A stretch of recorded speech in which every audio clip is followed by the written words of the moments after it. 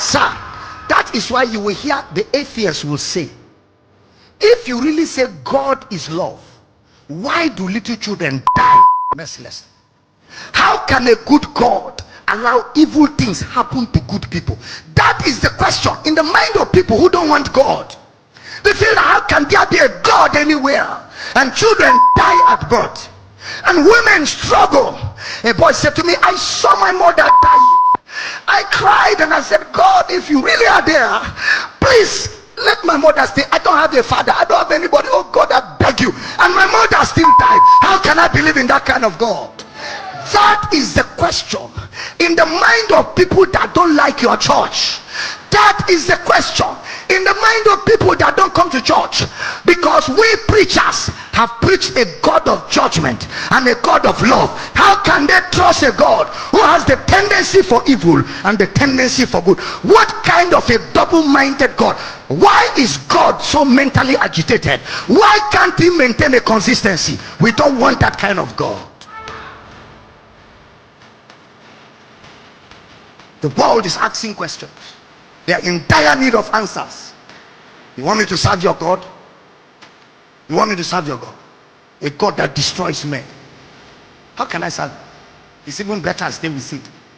You hear people say such things. And it's because we've not been able to defend the character, the single character of God. And it's easy. It's because the Bible you read, you didn't understand it. You saw he killed it and make it alive. And you thought it was God. But you didn't study well to see that that was the impression of the author. You read it, give it and take it away. You thought that that's the dual nature of God. But you didn't read well to see that that was the impression of a fallen man by the name Job. You read and you saw that the Bible said, can evil happen and God has not caused it? You didn't read clearly to see that that was the impression of Amos the prophet. These were their impressions. Why? No man has seen God at any time. So since they have not seen God, in their writings they added their impressions. In the Old Testament, if something happens that cannot be explained, they concluded it must be God. That's where our legal system got it from, where they say natural disasters are an act of God.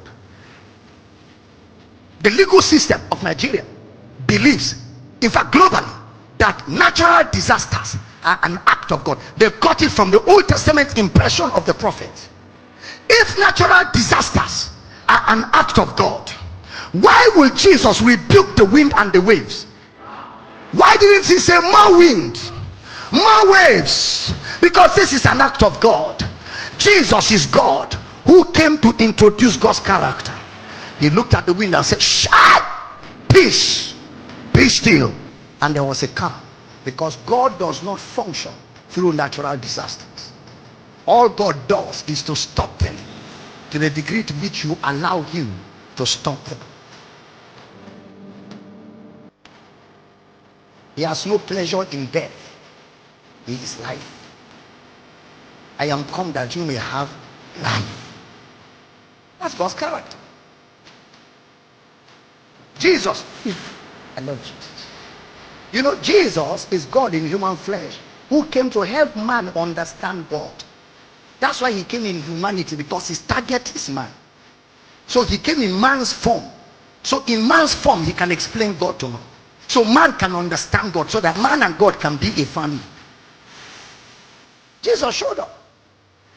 While people are thinking about God being the one behind evil and disaster and cancers and ulcers and high blood pressure, and thinking it is God teaching them a lesson or punishing them, Jesus showed up and walked among them and said, the thief cometh not but for to steal, to kill, and to destroy. Meaning, I am not the killer, I'm not the stealer, I'm not the destroyer.